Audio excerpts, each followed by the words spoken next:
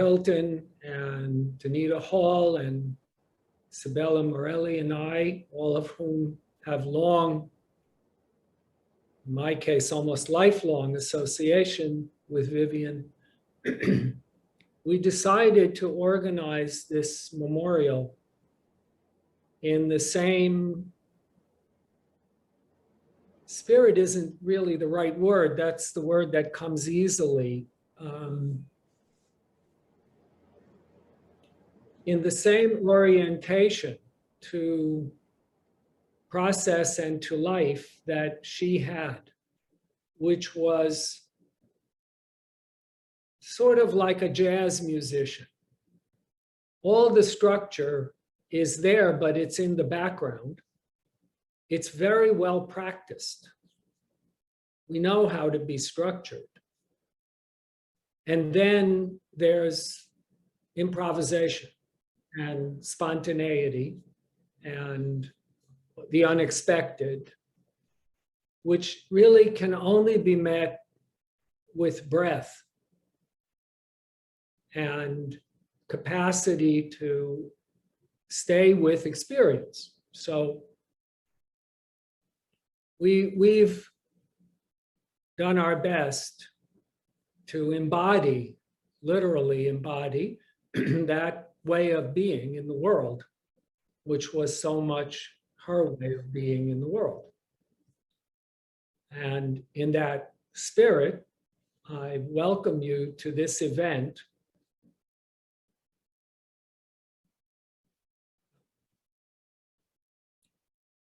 Of course, for us as a collective, there are different degrees of contact and history and knowledge. And we wanted very much to make room for all of those vectors of interaction. So we've structured this event in a series of activities which we hope will encourage and especially facilitate our coming together, our entry into this process in whatever way suits you, which was very much a hallmark of Vivian's way as a person, her practice as a therapist, her methodology as a teacher. And we hope it's successful, but like all such moments of improvisation, we don't have any way of knowing exactly what's going to happen once we complete the parts that each of us has taken on to do. To very existentially speaking, it's a model of process and growth that doesn't have an end point. We're not reaching for something or to get to something. We are endlessly unfolding, but in the process of unfolding, integrating that experience and growing structure that way. So the first part of this is a combination of history, reminiscence, memorialization, and also an attempt on my part to render some of what was, I think, at least at the time, uniquely, Vivian's contribution to the unfolding development of bioenergetic analysis, both as a theoretical model and also as a communal and organizational practice. So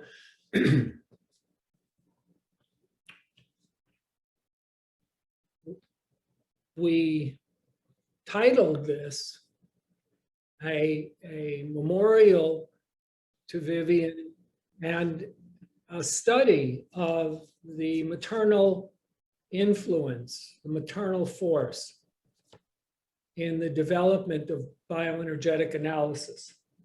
And I have prepared comments, but I also have places I'll digress a bit to tell stories. Some of you will know the stories because you will have been there. And so it'll be interesting to see how it touches you. In the early 1980s, I was invited by Vivian to begin teaching in a bioenergetic training group in Switzerland. This group was an outgrowth of Vivian's work with Ruth Cohn. Ruth was the founder of WIL, the Workshop Institute for Living Learning, and Vivian had a many-year association with her. In some ways, I think, although Vivian never told me this, that Ruth was a model in a way for a certain way of processing life and experience, living it, but also reflecting on it, chewing on it, digesting it, integrating it. And as in other places where Vivian presented and ran groups of various kinds for professionals, she would introduce somatopsychic methods, which were then pretty unknown in the larger psychotherapeutic community. And groups would ask her to teach that along with whatever else they were working on with her. And then sometimes that group or a subgroup of that group would branch off and want to have a more formal discipline training, because although every year people talk about shortening the time it takes to form into a bioenergetic therapist, the alteration necessary in consciousness and in practice to be able to actually work with somatic process requires the time to become familiarized and immerse oneself in that way of working.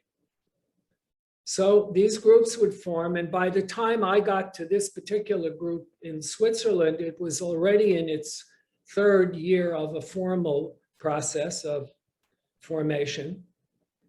And I was already quite an experienced bioenergetic therapist and teacher. I had directed the Institute's annual summer workshop for 4 years. I'd taught here in New York, Holland, and France, done workshops in other places.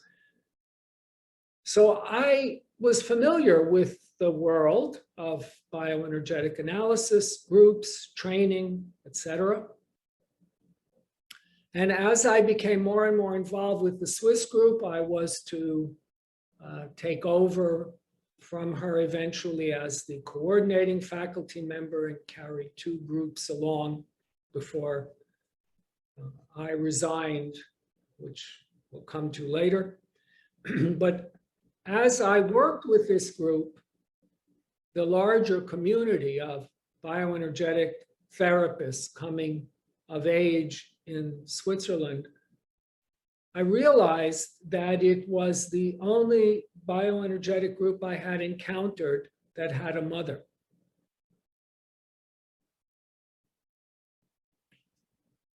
The maternal force, as Julia Kristeva refers to it, is in the best sense of the term an erotic force.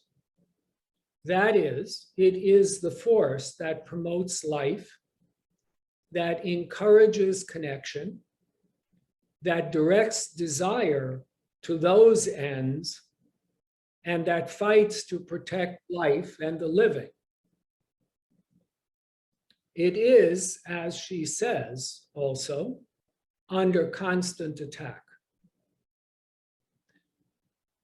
Vivian, for me, undeniably manifested a force that was maternal in this way. So it seems fitting on this day that would have been her 98th birthday,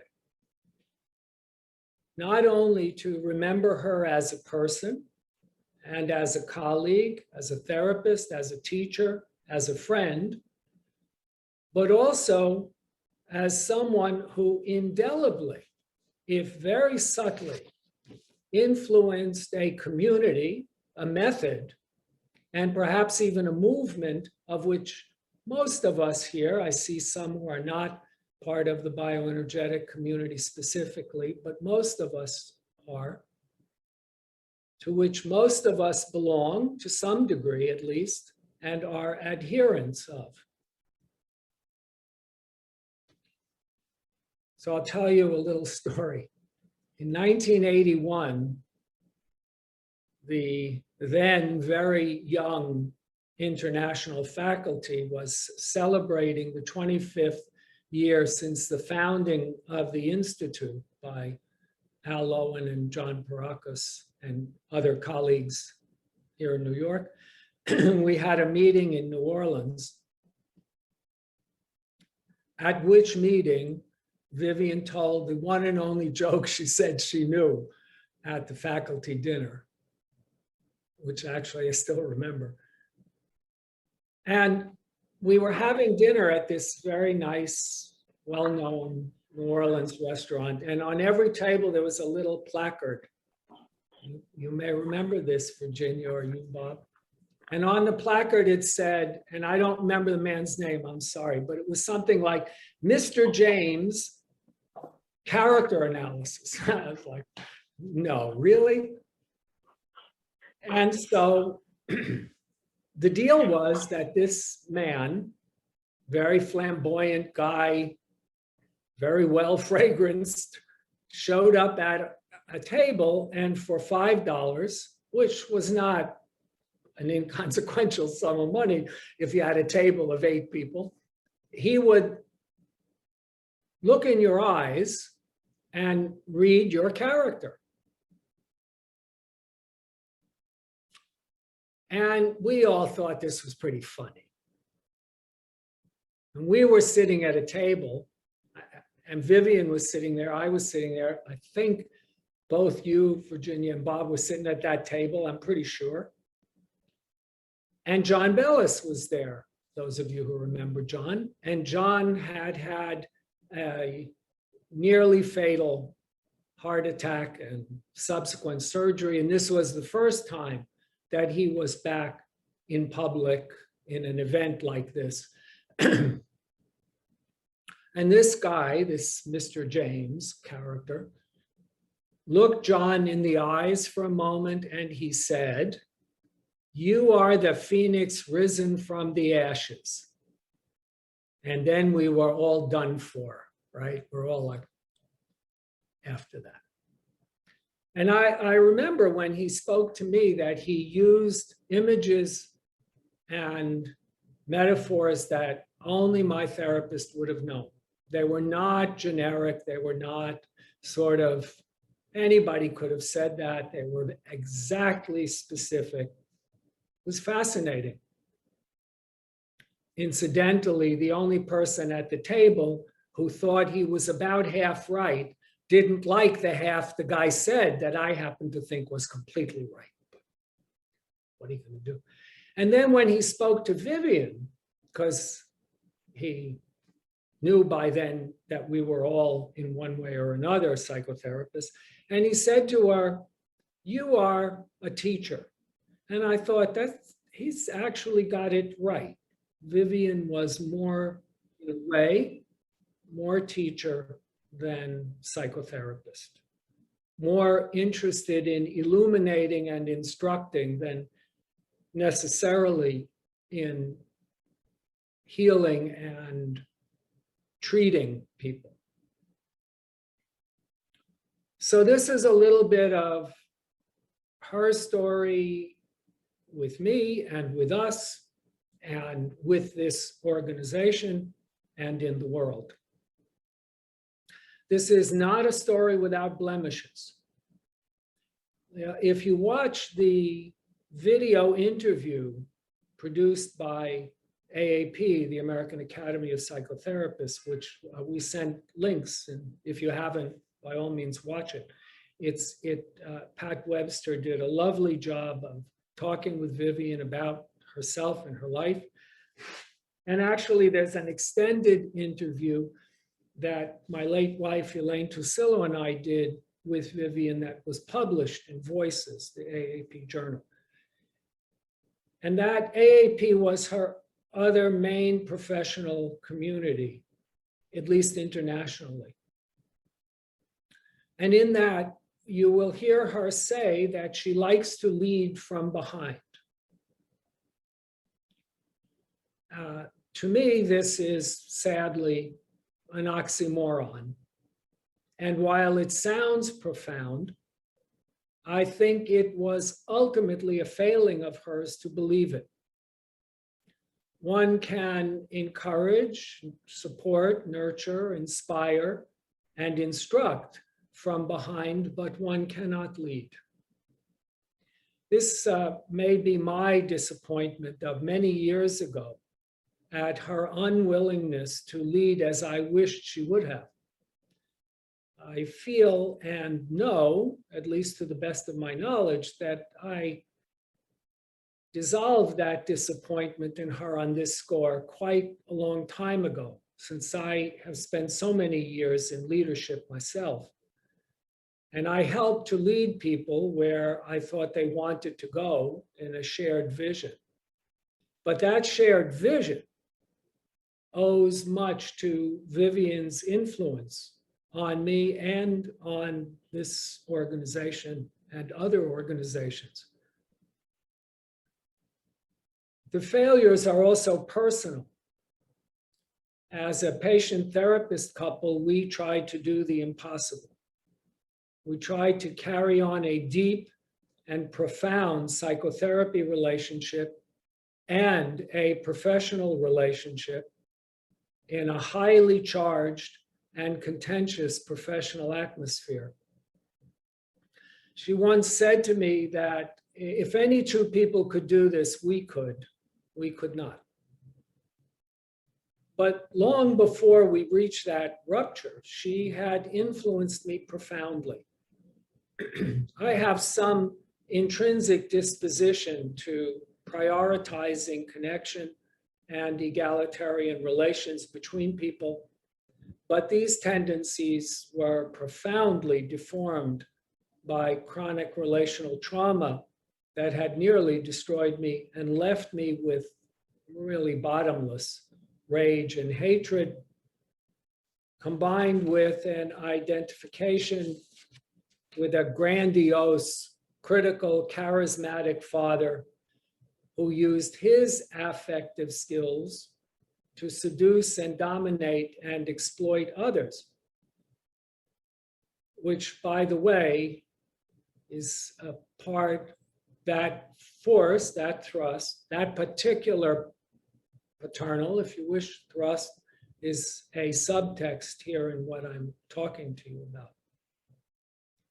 And my father did save my life by finally extricating me from the haunted house that was around my mother, but it was Vivian who saved my life. When I told her this once during one of our meetings, one of our faculty meetings, when we were still working together in this body, this group, and she said, she thought a moment. I said, I wanted to tell her that. And she thought a moment and she said, well, now it's your life. And I thought to myself, oh, that's how this therapy work goes. That's how it's done. Now I see, I really didn't understand this exactly until now. It's not in the words alone, of course. It is in the energy of the maternal force. I give you life. I assure as best I can that you will thrive. For you to have it, it is for you, not for me. Although my late wife, Elaine, who some of you, of course, knew, was to become in time as great an influence on me as Vivian was in this respect, perhaps even greater. But in the years when I was fighting to establish a life, the first 10 or 15 years of psychotherapy, it was Vivian whose unspoken, lived guidance I drew strength from. Strength to resist and finally repudiate the toxic ideologies of my biological parents, and strength to embody an alternative view of what was being promoted at the time, certainly in bioenergetic analysis and elsewhere in the psychotherapy field. She was always my primary influence and mentor. That view that existed in those days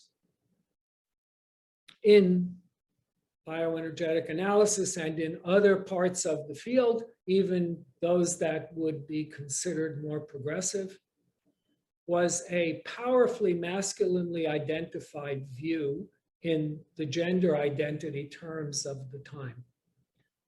I remember when I was in the first group that completed a full four-year formation in bioenergetic analysis. And I remember in the first year or so being in a group and bursting into tears in one of those workshops when the faculty member had us do an exercise of looking into our mother's eyes. And I cried for a while. And Phil Stutz, who was a member of that group, was a young psychiatrist. He's gone on to do other things that are quite remarkable, actually. He was one of the only members who completed that group together. Most of the group disappeared in one way or another, which was a very peculiar experience. But he leaned over to me and he said, with a mixture of kind of puzzlement and judgment, "You're still crying." Because he'd been inculcated with this idea that in bioenergetic therapy, one cried and discharged the feeling. It was done. You were done. What's going on? It's a view he was to change quite radically as he grew over the years.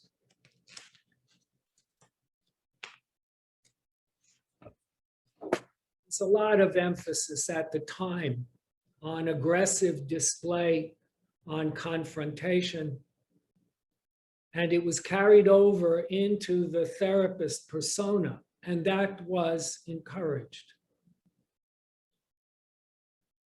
And I'll tell a little story here. I didn't write it into this, and so I hope it's okay with you, Virginia. It involves you.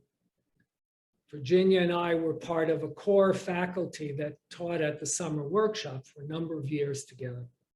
And every year, Al would come and he would do a 2-day, it was a 2-week workshop. He would do 2 days with the most advanced group, and then he would do a presentation for everyone. And I remember after one of those presentations, you came to me and you were visibly distressed, and you said, I was just talking to Al about what he talked about. And he said to me in the course of this conversation, "I've never forgiven my mother. Why should I?" And I could feel your distress. And I was very taken by that experience. And frankly, I have some sympathy for Al in this regard, having struggled with such matters myself. But I think it was the lack of perspective. It didn't give him pause. It was said in his characteristic way of, well, that's right, and that's the way it is. And there was a very strong sense of that.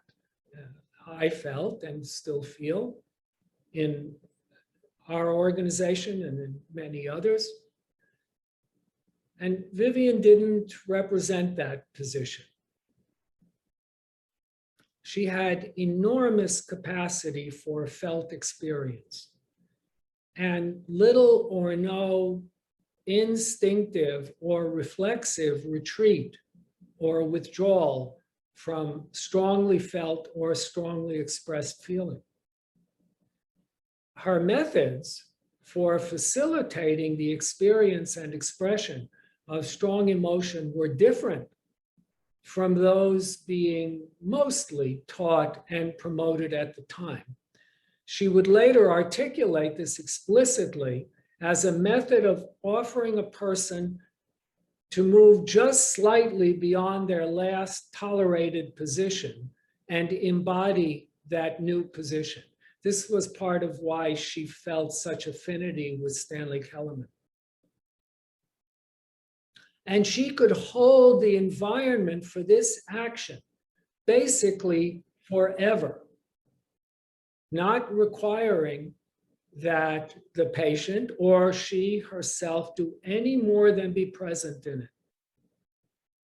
These ideas are nowadays are often presented as if they are a new understanding in psychotherapy process. But for me, they were already foundational coming out of my work, which began with Vivian in 1971. Which to me still feels like, oh, it's the 70s, and here we are, whatever it is, number of years later.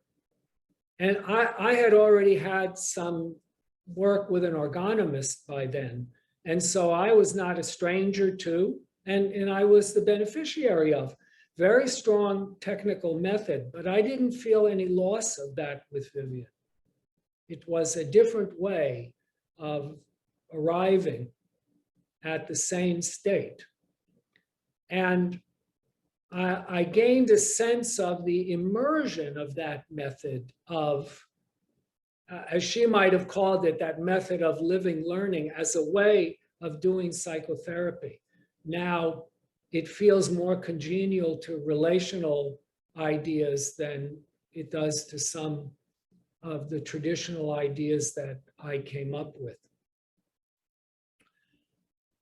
Vivian was resolutely non-denominational in her approach to doing and thinking about psychotherapy. She went everywhere, to everything, and tasted of anything, and would occasionally come back with some thing that she'd done or learned that was really just like out there. Her late husband, Henry, had been a professor, a psychology professor at Long Island University, when my father met him as a post-war college student. Henry was really a polymath. After Henry died, my father had some of his papers and professional artifacts, I guess. So I happened to go through them. And Henry was a fellow in a number of divisions of the American Psychological Association. It's a reasonably big deal to become a fellow in a division. I think he was a fellow in 3, and in itself, quite a feat, but especially for someone who'd accomplished this before his untimely death in his late 40s, early 50s. And he had notebooks filled with clinical process notes about working with people who were then mostly called transvestites, but plainly people interested in their gender and gender change and this life of their bodies, sexual beings. He was one of the founders of the American Academy of Psychotherapists, an organization that was devoted to the being of the therapist, still is devoted to that, before that was yet a fashionable idea. Harold Searles had begun writing in this vein around the same time about the importance of the person and experience of the therapist in the psychotherapeutic process. And just by the way, many in the psychoanalytic community, of which he was a fully accredited member, thought he had gone dangerously off the rails, Harold Searles. And their judgment verged on accusing him of wild analysis. So this new group, the Academy, was not coming into an open and fertile environment. It was quite a threatening and challenging time.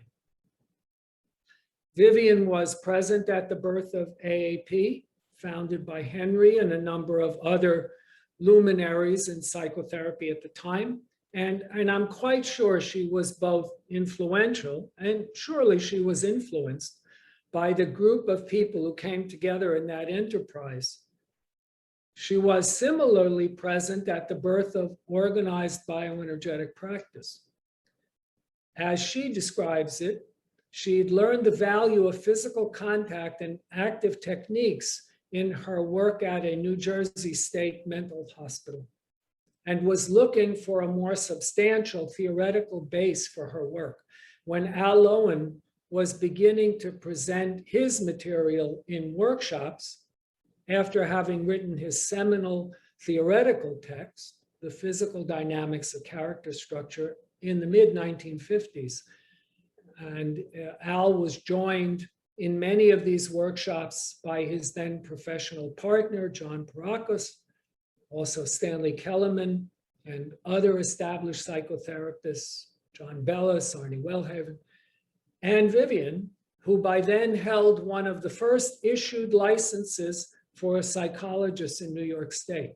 There's an interesting book, I found it at a yard sale, called Please Touch, by a journalist who went to a lot of these workshops, a woman who was just curious and wrote about them. They were quite an event. She writes very kindly and appreciatively, but they were quite a show. It's hard to describe the ferment of those times. Everything was in uproar. The upward press of the first generation of children born to parents after the Second World War, who came into privileges of educated cosmopolitan life, combined with a remarkable prosperity and the emergence of political, artistic, and cultural novel forms, was really intoxicating. In the United States, the addition of the violence of imperialist tendencies and the pernicious persistence of racist structures and ideologies created a feeling of urgency and commitment that were both exhilarating and terrifying.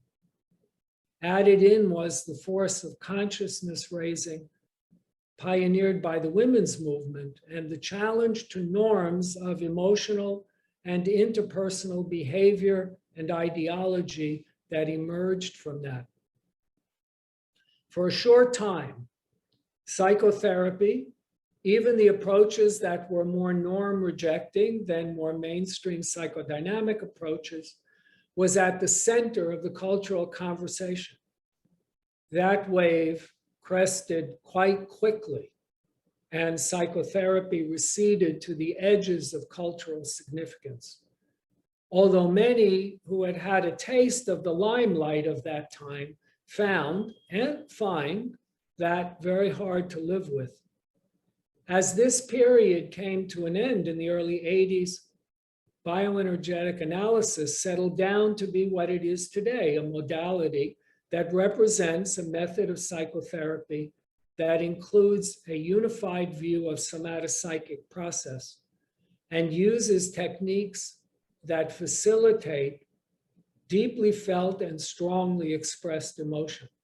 This is how we came to see it here in New York and wrote about it in our monograph on the subject titled Modern Bioenergetics. Surely Vivian's mark is felt in that. at Al Lowen's memorial after his death, which I had organized in my capacity of president of the IIBA at the time, Vivian leaned over to me as we were sitting on the stage in the auditorium in which we were holding the event and said something along the lines of, "It's pretty ironic that you and I are sitting up here doing this right now, isn't it?" She said this because both of us had had our difficulties with Al. She says in the video interview she recorded that she did not choose him as her therapist because she knew she would fight with him, choosing to go to John Parakis instead. And I had resigned from the IIBA faculty in protest of some of his actions. I was only recently restored to the faculty at the time of Al's death. I had returned quite literally from exile, and I was even more recently elected to the presidency. So it was indeed ironic.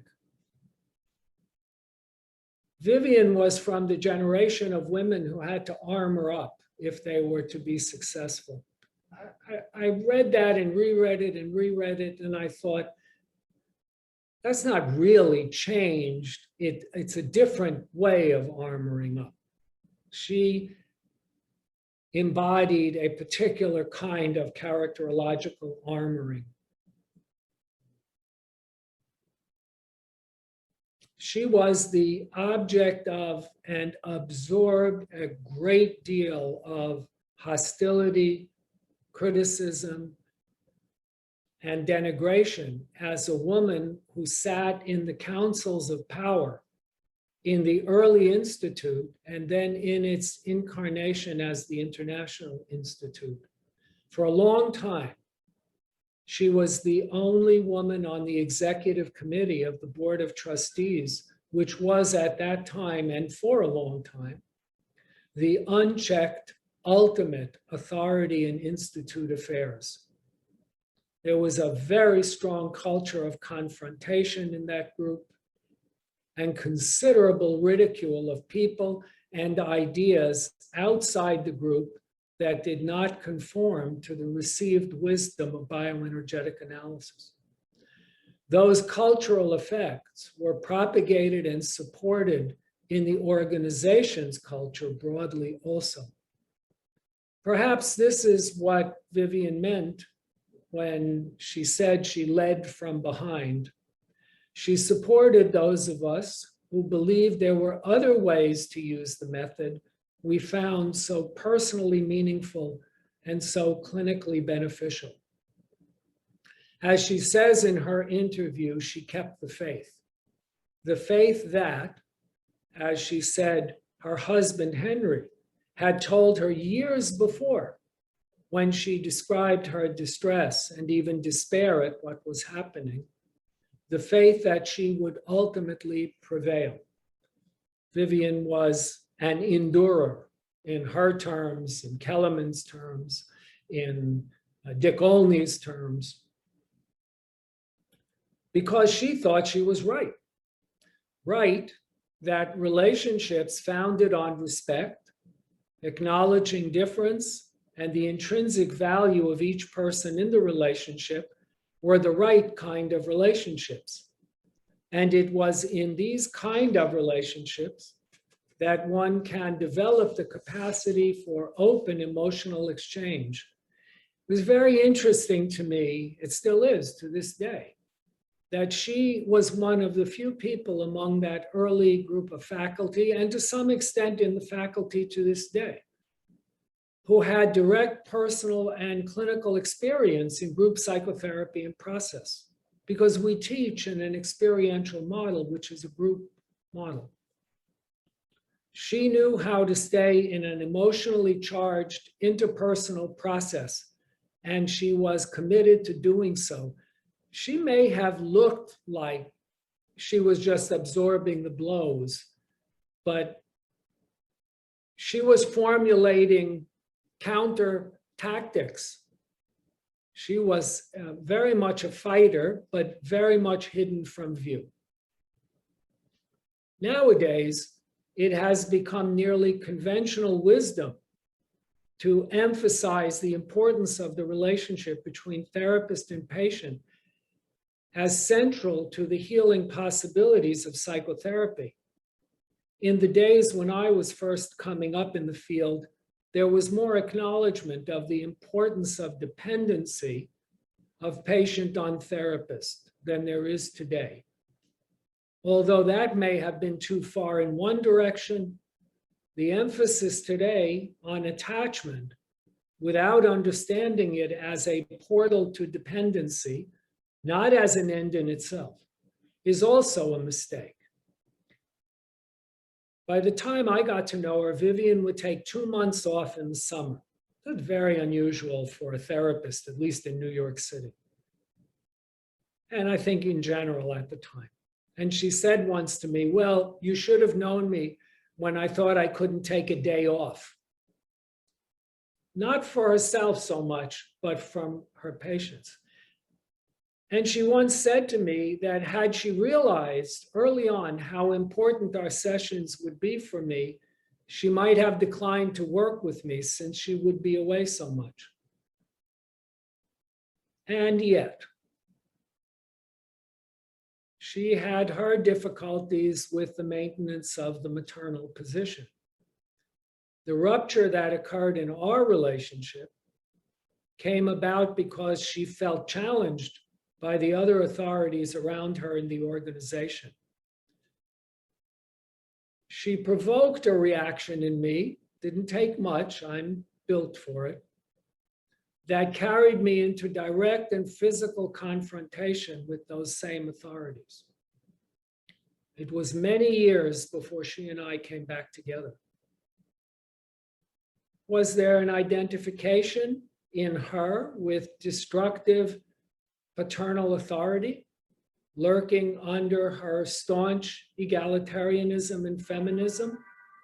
I really don't know. It's one of the conversations I failed to carry on with her. I have come to the understanding that therapists are not, in fact, better parents than the parents we had. We are, rather, holders of a unique environment for patients in which the transgressions of childhood will not be repeated and healing processes can take place. Once we move outside the constraints, restraints, and parameters of that environment, the familiar human operations of competition, envy, misunderstanding, weakness, and betrayal are all present. And now unshielded by the psychotherapeutic environment. The challenge of preserving the maternal erotic in the reality of reality is daunting beyond measure. At the very end of her life, Vivian wounded me with some of the old attitude about charismatic and dominating men. Certainly my sensitivity to the wounding of that undoubtedly added to my feeling about it. Still in all, the last time we saw her, Pascali, my wife and I, we went to visit her at her home, and she'd been doing quite well until the last couple of months. And she'd been released from a rehabilitation unit and was, for the first time, really struggling. And she leaned over to us and kind of said conspiratorially, not much of a life. And at that point, I think we knew, as did other people who were near her at the time, that it would not be much longer. Still, I would not now revise what I said when Vivian was granted emeritus status in the IIBA faculty in 2009. And when that happens, people are asked to speak on behalf of the recognized person, and I was asked to speak for her, and here's what I said. Vivian and I have known each other, and our lives have been intertwined now for over 50 years. Most people do not know the influence that Vivian has had. This is how she prefers it. It is not that Vivian is without the urge to influence or the ambition. It is that she is constitutionally and culturally and characterologically disposed to have influence and effect without appearing to have done so. She has had immense influence. She is like a rock in the sea. Her commitment to felt experience over ideology, truth over ego, connection over victory, have been the rock ribs that have held and supported many of us in our effort to find our way in this work. I will tell only one personal story. One day in a session, I was sitting and breathing, and I became quite charged. Watching what was happening, Vivian came over to me and with two pinched fingers made a gesture at the top of my head as if to pull something out. Suddenly, I felt lines of energy like those Carlos Castaneda describes experiencing in his work with a magic wise man. I have never experienced anything like that since. But for Vivian to know that that was an available experience says something about her as a wise magic woman masquerading as a little Jewish lady. In that disguise, Vivian has had the project for some years now of dissolving a part of her characterological compensation. That compensation is of the nice girl, polite girl persona who would offend no one. So Vivian has cultivated the opposite persona, someone who can end a phone call without saying goodbye, for example. Just remember that Vivian's in the room for this. It has been a while now. I just want to say it has been a success, Vivian. We all know you can do it.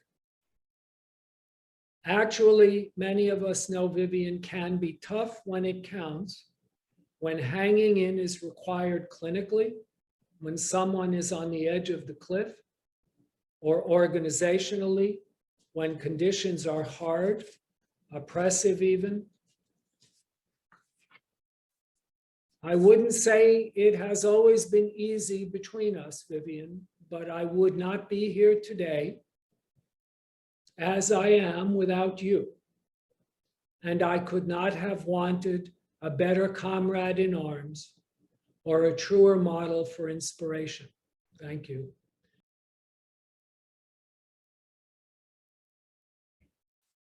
I was never a student or a client of Vivian's, and yet, as a colleague and friend, I learned so much from her because of who she was. She was a role model for me in so many ways. As I reflect on Vivian and her life, the words that come to mind are strong, grounded, honest, real, heartfelt, accepting, supportive, humorous. When I became a bioenergetic trainee in the 70s, there were very few women involved. Mostly men in those days, many MDs. Vivian held her own, stood her ground among all those men never in a strident way, yet always honest, always real. During my term as president of IBA, I always felt Vivian's support, which was much needed and greatly appreciated. I grew up with a loving mother who was quite a perfectionist. So my core wound, as I call it, was the constant feeling that my best was not good enough.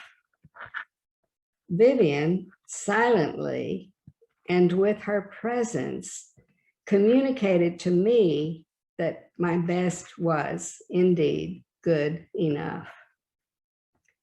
This quiet affirmation cemented my own belief that the relationship is the healing factor in psychotherapy as well as in our daily lives.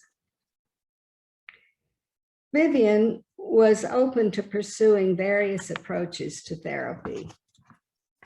I attended a workshop once, which she gave on heart math, and I found it to be quite useful in my personal life as well as in my practice. According to this approach, the heart is where there is wisdom, intuition, and sincerity. These were certainly characteristics of Vivian's heart. And then there was the humor. Scott mentioned the conference in New Orleans many years ago. And when I heard him begin to talk about this, I thought, uh-oh. But he didn't tell what I intend to tell about that conference. There was a large number of conferees seated at dining tables in the restaurant for dinner, and quite unexpectedly and uncharacteristically, Vivian stood up and told a joke. And I'm going to try to tell that joke the best I can remember it. An alien spaceship landed in the parking lot of a gas station. The captain instructed one of the aliens to leave the ship and find the leader. The alien went up to the gas pump and said, "Take me to your leader." The alien went up and then nothing happened. So he tried again. Nothing happened. So the alien then went back to the spaceship and said to the captain, "I did what you told me to do, but I got no response. I think he didn't hear me because he had his penis stuck in his ear." Everyone roared. Not exactly what people expected to hear from Vivian. In thinking back to that event, so many years later, I wonder if there was a message to the men in the room to clear their ears and listen.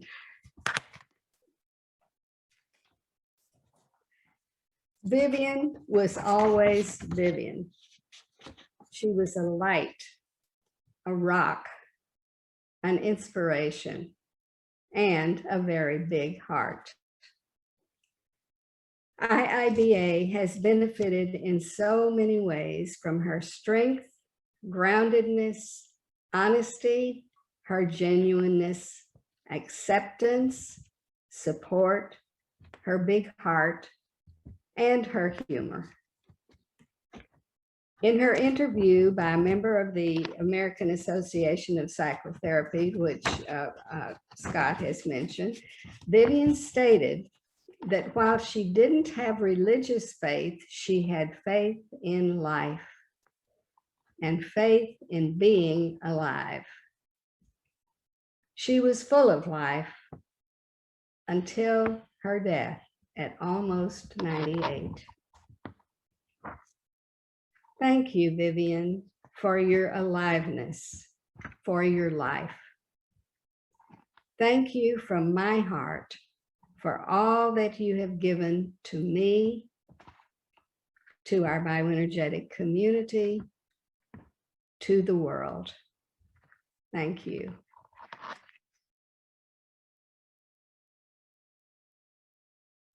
I'm a psychotherapist and artist living in Switzerland. And I would like to talk about Vivian, drawing my picture of her as I experienced her as my therapist, as my teacher, and as my friend. It all started for me with Vivian's friendship to Ruth Cohn. I invited my friend Vivian to give a workshop on body-oriented psychotherapy you might be interested in, Ruth said. I wasn't, out of fear. As she knew how to twist my arm and help my curiosity win over my fear, I went. Out of this group came the wish to establish a bioenergetic training group in Switzerland, the one after 3 years Scott encountered, who had a mother, that group.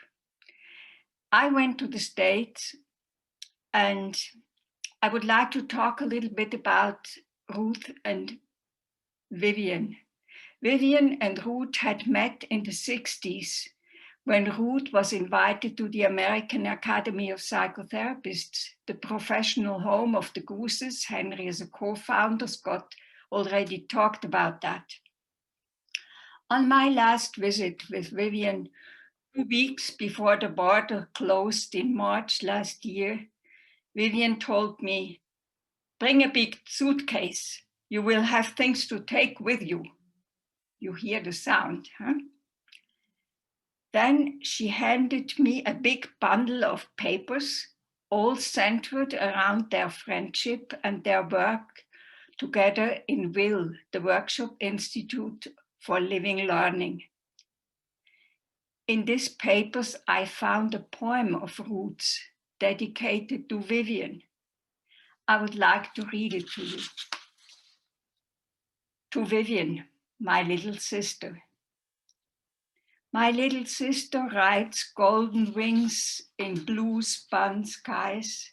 She plays with stars at daytime, with suns at night. No one knows where she hides, but I, lying in the grass, watching moons and satellites, in secret clouds, smiling. I don't think that Ruth really knew where Vivian was hiding. She was so much of a private person. They worked together in those 50 and 60 years in a time Scott has already described what the specialty was at that time. "The couch is too short" was the slogan that can characterize the urge of some therapists felt to introduce findings about healing processes in the individual psychoanalytic and psychotherapeutic settings, more into group and societal context. When WIL was founded, Vivian was already the director of the Group Therapy Consultation Center in Plainfield, New Jersey. I found some themes in the programs of these years. Vivian led workshops to body awareness, encounter verbal and non-verbal. Those were clearly her themes, but also the challenge of change, danger and fulfillment. All these workshops were offered to psychotherapists and interested people as well. This group of psychotherapists wanted, as it stated in their fundamental papers, to employ methods which are applicable to a wide range of human and community problems. They wanted to widen the influence of their findings. That's why in this bundle, I also find workshop themes like multiple groups, segregation, cohesion, coexistence, and integration. Or another theme they were working on, Americans' problems and I, 5-day workshop. Vivian was part of this group. In the bundle, there's a big package of written preparations about those groups with black and whites, man and woman, and so forth. As we became friends 35 years ago, I became aware of how much of a political animal Vivian was, as we say here. No wonder, telling me of her early years and her mother as a Marxist. She introduced me to Emily's List, explained to me Rosemary Warren's agenda, and visiting the Verona Library, one of our last meetings together, we went through Bernie Sanders' books. Her wish to live until the election remained unfulfilled, you say. Another passion we shared, art. We would go to museums together. Years before, when I was living and studying in New York, as she was still my therapist, she introduced me to the American Folk Art Museum, to Indian culture and art, helping me to discover and acknowledge my artistic mind. From that opening came a flood of opportunities for me. The Art Students League, Parsons, Haystack, and others. We were looking at Kandinsky, Jawlensky, others, enjoying every trip, often without talking. And sometimes Vivian would ask, where are the women? What about Werfkin and Münter and all the others? She didn't collect art, with one exception. Long time ago, she had bought a sculpture from a woman artist, overriding her financial capacities at that time, as she told me. It's half a relief in dark iron. It hung in her living room forever. It shows people, many tiny, talking people, sitting with each other, marching together. And it says in iron letters, pain to keep awake the anarchy of my spirit. Pain to keep awake the anarchy of my spirit. So she said to me, bring it to your man, and finally it will go to Sandro, which is my son. He might need it then. Yes, Vivian was always ready for adventures. Adventures of the mind, adventures out in the world. We went once on the night train to Austria, staying at the resort Hundertwasser had built. Often Vivian was with us over Christmas. We used to go to the forest at night with friends to celebrate the return of the light. She was walking with us.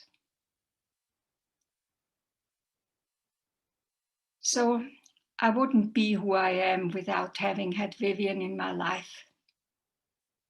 And also it is clear to me that she achieved what many of us hope to realize, making the world a better place.